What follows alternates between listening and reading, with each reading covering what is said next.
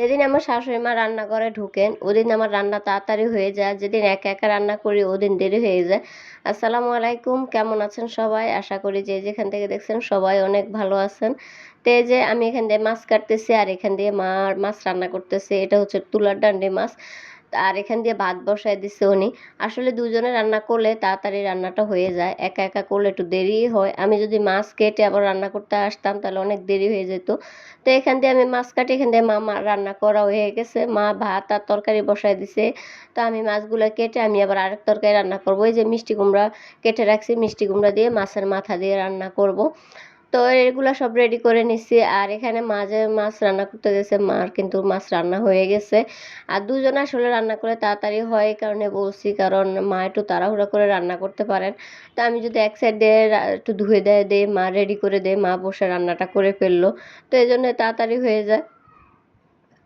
আর এখানে যেহেতু মিষ্টি কুমড়া দিয়ে মাছের মাথা দিয়ে রান্না করব, তো মাছের মাথাটা আমি বসিয়ে দিলাম। এর সাথে হলুদ গুঁড়ো, লবণ, রসুন বাটা আর কাঁচামরিচ দিয়ে দিলাম। এগুলা দিয়ে আমি এটাকে বসায় রাখবো। এই যে রসুন বাটা দিয়ে দিলাম। তো মা রান্না করে চলে গেছেন, বাকি রান্নাটা আমার করতে হবে, কারণ এখান দিয়ে আমার মাছ কাটাও হয়ে গেছে। তো আমি এখন অবসর। তো যতটুকুই মা পারছে করে দিছে এটাই অনেক বেশি, কারণ এটুকু না করে দিলে আমার অনেক দেরি হয়ে যেত রান্নার। তো এখান দিয়ে আমি আস্তে আস্তে রান্না করে ফেলতে পারবো, কোনো অসুবিধা নাই। তো এখানে মাছের মাথাটায় যে বলক আসছে, এখন আমি এর সাথে মিষ্টি কুমড়াগুলো দিয়ে দিব। আর মিষ্টি কুমড়া দিয়ে কিন্তু বেশি ভাল লাগে চিংড়ি মাছ দিয়ে আসলে। তো চিংড়ি মাছ যেহেতু আনি নাই, মাছের মাথা আছে, তো ভাবলাম যে মাছের মাথা দিয়ে রান্না করি। তো মাছের মাথা দিয়েও খারাপ লাগে না, ভালো লাগলো।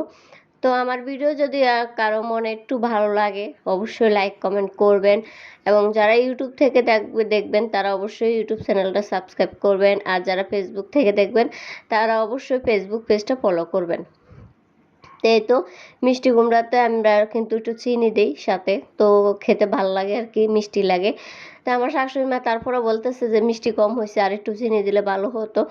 মিষ্টি কুমড়াতে আবার একটা তেজপাতাও দেওয়া লাগে, একটা তেজপাতাও দিয়ে দিয়েছিলাম আগে, এখন দেই নেই। তো এটাকে আরেকটু বসাই আমি এটাকে বাগার করে নেব, কারণ আরেকটু নরম হলে এটাকে বাগার দিব। তো এই যে মিষ্টি কুমড়া কিন্তু হয়ে গেছে, এখন বাগার দিয়ে নিতেছি। আর মিষ্টি কুমড়া কিন্তু প্রথমে বাগার দিয়ে রান্না করলে ভাল লাগে না, পরে বাগার দিলেই খেতে ভাল লাগে। তো এই যে দেখেন এখানে কিন্তু বাগার দেওয়া হয়ে গেছে, এটাকে এখন একটু বলক আসলে নামিয়ে নেব। আর মিষ্টি কুমড়া কিন্তু বেশি ঘন হলেও আবার ভালো লাগে না, একটু পাতলা থাকলে ভাল লাগে। আর মিষ্টি কুমড়া বেশি সিদ্ধ করা যায় না, অনেকে হয়তো জানে না যে অনেকে সিদ্ধ করতে গেলে বেশি নরম করে ফেলে আর কি। তো ভিডিওটা ভালো লাগলে অবশ্যই লাইক কমেন্ট করবেন। আমার রান্না তো প্রায় শেষ হয়ে গেছে। আর অনেকে কি করেন, ভিডিও দেখেন ঠিকই, একটা কমেন্ট করেন কিন্তু ভালো করে ভিডিওটা পুরো দেখেন না। তো সবাই ভালো থাকবেন, আল্লাহ হাফেজ।